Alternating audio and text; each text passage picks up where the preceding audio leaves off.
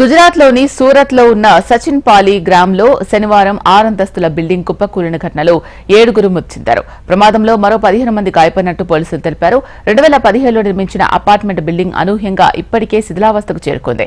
బిల్డింగ్లో 30 ఫ్లాట్లు ఉండగా ప్రస్తుతం అందులో 5 కుటుంబాలు మాత్రమే నివసిస్తున్నట్లు అధికారులు గుర్తించారు.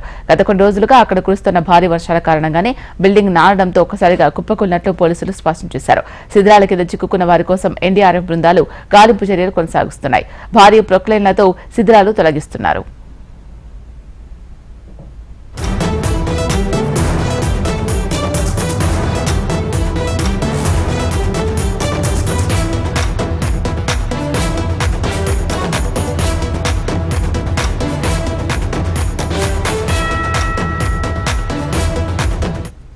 గుజరాత్లోని సూరత్లో ఉన్న సచిన్ పాలి గ్రామంలో శనివారం 6 అంతస్తుల బిల్డింగ్ కుప్పకూలిన ఘటనలో 7గురు మృతి చెందారు.